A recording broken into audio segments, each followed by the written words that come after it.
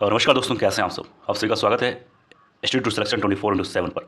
आज इस वीडियो में हम सब बात करने वाले हैं यूपीएससी 2023 में प्रथम रैंक हासिल करने वाले आदित्य श्रीवास्तव के बारे में। आज उनके आंसर कॉपी को हम लोग देखेंगे कि उन्होंने अपना मेंस में आंसर कॉपी कैसे लिखा, किन किन बातों का ध्यान रखा कि उनको यूपीएससी 2023 में पहला स्थान प्राप्त हुआ। अगर आप लोग यूपीएससी 2024, 25, 26 का एग्जाम देना चाहते हैं तो यह वीडियो आपके लिए बहुत इंपॉर्टेंट है। इस वीडियो को लास्ट तक देखना, आपको हर एक चीज़ मालूम होगा कि आपको यूपीएससी में आंसर राइटिंग किस तरीके से लिखना चाहिए।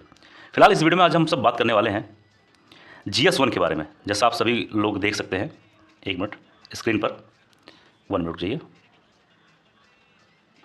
आज हम सब बात करेंगे GS1 के बारे में। GS1 में मतलब यानी कि जब आदित्य श्रीवास्तव ने अपना आंसर राइटिंग प्रैक्टिस किया था विज़न IS में, तो उन्होंने जब GS1 का आंसर राइटिंग किया तो उसमें देखते हैं इन्होंने आंसर किस तरीके से लिखा। इससे आपको ये भी मालूम होगा दोस्तों कि क्वेश्चन किस तरीके से पूछा जाता है। तो वीडियो आप सभी के लिए है, बहुत इंपॉर्टेंट है। इस वीडियो को लास्ट तक देखिएगा जरूर।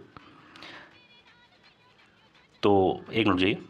अब जैसे यहाँ पर आप देख सकते हैं, पहला चीज़ क्या है कि आपको किन किन बातों का ध्यान रखना है, इस वीडियो में आप सभी को मालूम होगा। इससे आपका मेंस के आंसर राइटिंग में बहुत ज़्यादा हेल्प मिलने वाला है। पहला देखिए, सवाल कह सकते हैं, पहला क्वेश्चन जो है, एक चीज़ ध्यान देना है आपको कि ये 10 नंबर का है, ठीक है। अब 10 नंबर का है और सबसे बड़ी चीज़ है कि आपको 150 वर्ड लिखना है। तो आपको इन चीज़ों पर ध्यान देना है कि 10 नंबर का मेरा क्वेश्चन है और 150 वर्ड में लिखना है। हो सकता है कि आपको अच्छा खासा नॉलेज हो इस टॉपिक पे, लेकिन दोस्तों ये यूपीएससी में आप कितने नॉलेजफुल है इससे मतलब नहीं है, आपको कितना कुछ आता है इससे कोई मतलब नहीं है। यूपीएससी IS का जो एग्ज़ाम होता है उसमें मेन जो इस एग्ज़ाम का जो मेन मतलब होता है कि आपको उस दिए गए समय में दिए गए कह सकते हो जो टास्क है उसमें आप किस तरीके से उस ज़रूरतों को फुलफ़िल करते हैं। यहाँ पर 10 नंबर का सवाल है और 150 शब्दों में उत्तर को लिखना है। ऐसा नहीं है कि 200, 250, 300, ऐसा नहीं करना है। तो इन सब चीज़ों को आपको ध्यान देना है। और दूसरी चीज़ यहाँ पर लिखा हुआ है, उम्मीदवारों को इसमें नहीं लिखना है। इंग्लिश में लिखा है candidates must not right on this margin. तो ये चीज़ ध्यान देना है आपको, यहाँ पर कुछ भी नहीं लिखना है। आपका आंसर राइटिंग हमेशा इन दोनों के बीच में ही होगा, ठीक है। अब आते हैं हम लोग क्वेश्चन की तरफ ध्यान देते हैं।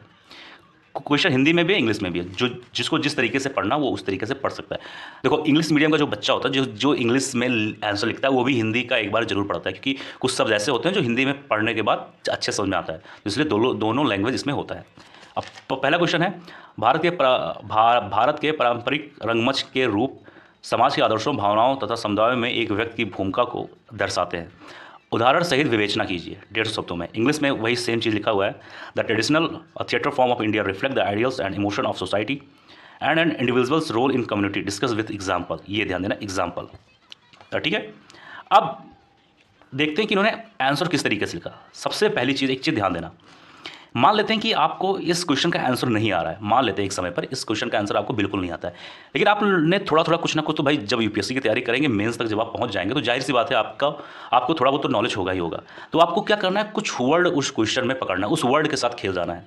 अगर ये 10 नंबर का क्वेश्चन है, अगर मान लीजिए आपको कुछ भी नहीं आता, लेकिन आपने इस क्वेश्चन में 1-2 वर्ड को सही तरीके से पकड़ा और उसको सही तरीके से उत्तर लिख देंगे, तो जाहिर सी बात है 3-4 नंबर आपको नॉर्मली मिल जाएंगे। तो फिर कुछ ना लिखने से अच्छा है कि आप कुछ लिखकर जरूर आए। आंसर क्वेश्चन को कभी खाली मत छोड़िएगा, ये चीज़ ध्यान दीजिएगा।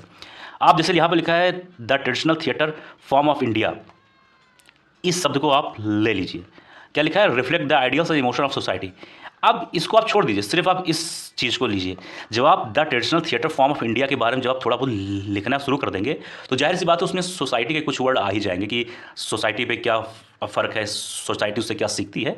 तो अगर आप यहाँ से कुछ वर्ड को अगर आप पिकअप करते हैं तो आप अपना आंसर को सही तरीके से लिख सकते हैं। अब इनका देख लीजिए, इन्होंने आंसर किस तरीके से लिखा है। यहाँ पर देख सकते हैं कि रामलीला के बारे में इन्होंने इस अपने आंसर में मेंशन किया है। फिर उसके बाद में देख सकते हैं लिखा है we rewarded as intangible heritage and are already there in UNESCO intangible list. अब चीज़ों को इन्होंने लिखा है, कह सकते हो एक इंट्रो के रूप में। उसके बाद में इन्होंने अपने आंसर में चीज़ों को एक बॉक्स के रूप में कर दिया है कि जिससे जो एग्जामिनर होगा जब वो कॉपी चेक करेगा तो उसके दिमाग में एक चीज़ ये आ जाएगा कि देखो, जब किसी चीज़ को अगर आप हाईलाइट कर देते हो या फिर किसी चीज़ को किसी बॉक्स में जब आप आंसर को लिख देते हो तो एग्जामिनर को ऐसा लगता है कि इसने जो लिखा होगा अच्छा ही लिखा हो, क्योंकि इसने हर छोटी चीज़ पर ध्यान दिया। जैसे अंडरलाइन कहाँ करना है, तो एग्जामिनर जब एक आंसर 2 आंसर जब आपका वो चेक करता है तो तीसरे चौथे में जब आता है तो उसको ये लगता है कि इसने ठीक ही लिखा होगा। इससे बहुत प्लस पॉइंट है आप सभी का। तो इन सब चीज़ों पर ध्यान देना। फिर हर चीज़ को एक पॉइंट वाइज लिखना। जैसे Ramlila of UP so the importance of epics in lives of people, Ramayana, ठीक है, ये चीज़ ध्यान देना, ठीक। फिर जैसे यहाँ पर और लिखा हुआ है पॉइंट वाइज करके, point number 2, theatre of Krishna Leela in Mathura so the importance of love as a value. फिर ये क्या लिखा है, आई थिंक राम नाम, शायद मैं कुछ गलत प्रोनाउंस कर रहा हूँ, खैर कोई बात नहीं। आप Uttarakhand so the local emotion of nature centric life. तो देखो किस तरीके से इन्होंने चीज़ों को लिखा है, ठीक है, हर एक पॉइंट को लिखते हुए हर स्टेट या फिर जहाँ पर भी जिस तरीके से उन्होंने हर एक पॉइंट को लिखा है। और फिर सबसे बड़ी चीज़ जानते हैं क्या इसमें, इन्होंने इस चीज़ को अंडरलाइन कर दिया, मतलब कह सकते हो इसमें एक बॉक्स बना दिया, जिससे एग्जामिनर को सिर्फ जैसे ये बॉक्स देखेगा, फिर जैसे यहाँ लिखा है, जैसे मान लीजिए यहाँ पर एक मिनट, जैसे यहाँ पर लिखा हुआ है कृष्णा लीला, फिर यहाँ लिखा हुआ है लव, तो वो एग्जामिनर तुरंत यहाँ पर तुरंत कनेक्ट कर लेगा, ठीक है। उसको ये लगेगा कि आगे इन्होंने जो भी लिखा होगा वो सब चीज़ें सही होगा। अब देख सकते हैं हर एक चीज़ को पॉइंट वाइज करना, और जहाँ पर ज़रूरत भी पड़े वहाँ पर डायग्राम भी बना देना। अब जैसे अब आप आ जाइए क्वेश्चन नंबर 2 पे। अब ठीक है, क्वेश्चन नंबर 2 पे आप यहाँ पर देख लीजिए, लिखा है सांची स्तूप के ऐतिहासिक और स्थापत्य कला संबंधी महत्व का विवरण दीजिए, साथ ही चर्चा कीजिए कि इसने भारत में भविष्य की स्थापत्य कला को किस प्रकार प्रेरित किया। 150 शब्दों में लिखना है, 10 नंबर का क्वेश्चन है, इंग्लिश में भी लिखा है, पढ़ लेना, ठीक है। इसमें लिखा है provide an account of historical and architectural importance of Sanchi stupa, discuss how is the inspire the future architecture in India. ठीक, अब देखिए सबसे बड़ी इंपॉर्टेंट चीज़ क्या है कि इन्होंने यहाँ पर एक डायग्राम बना दिया। अब डायग्राम बनाने से क्या होगा, जो बच्चा या जो इंसान डायग्राम इस आंसर कॉपी में जिसने बनाया होगा, तो जब एग्जामिनर कॉपी चेक करेगा तो उसके डायग्राम से उसको हर सवाल का उत्तर मिल जाएगा। वहीं पर उसको लगेगा कि इसका कॉन्सेप्ट एकदम क्लियर है, क्योंकि देखिए डायग्राम इंसान वही बना सकता है जिसका कॉन्सेप्ट एकदम क्लियर हो। तो इससे क्या होगा कि उसको ये लगेगा कि इसने जो लिखा होगा कहीं ना कहीं सब चीज़ सही ही होगा। तो इससे एग्जामिनर के दिमाग में आपके प्रति, मैं हिंदी में बोल रहा हूँ इसलिए कि आपको बढ़िया समझ में आए, आपके प्रति जो एक पॉजिटिव छवि बन जाती है, ठीक है, ये चीज़ ध्यान देना है, ठीक है। इसे लिखा है Sanchi stupa is an important stupa located in the Madhya Pradesh and is based on the ideal of Buddhism, ठीक है। अब ये यहाँ पर हर पॉइंट को इन्होंने अच्छे तरीके से लिखा है, जैसे historical significance point number 1, point number 2 करते हुए, ठीक है। फिर आप नीचे आ जाइए, फिर देखिए आर्किटेक्चरल सिग्निफिकेंस, ठीक है, पॉइंट 1 करके, पॉइंट 2 करके, पॉइंट 3, पॉइंट 4 करके, ठीक है। तो ऐसे आपको चीज़ों पर ध्यान देना, जहाँ पर इनको ऐसा लगा है कि जहाँ पर कहाँ पर हाईलाइट करना है, कहाँ पर बॉक्स बनाना है, तो इन सब छोटी छोटी चीज़ों पे अगर आप ध्यान देंगे तो आपको एक जाहिर सी बात है कि और लोगों से आपका अच्छा नंबर मिलेगा और जिससे आपका रैंक डिसाइड हो जाएगा।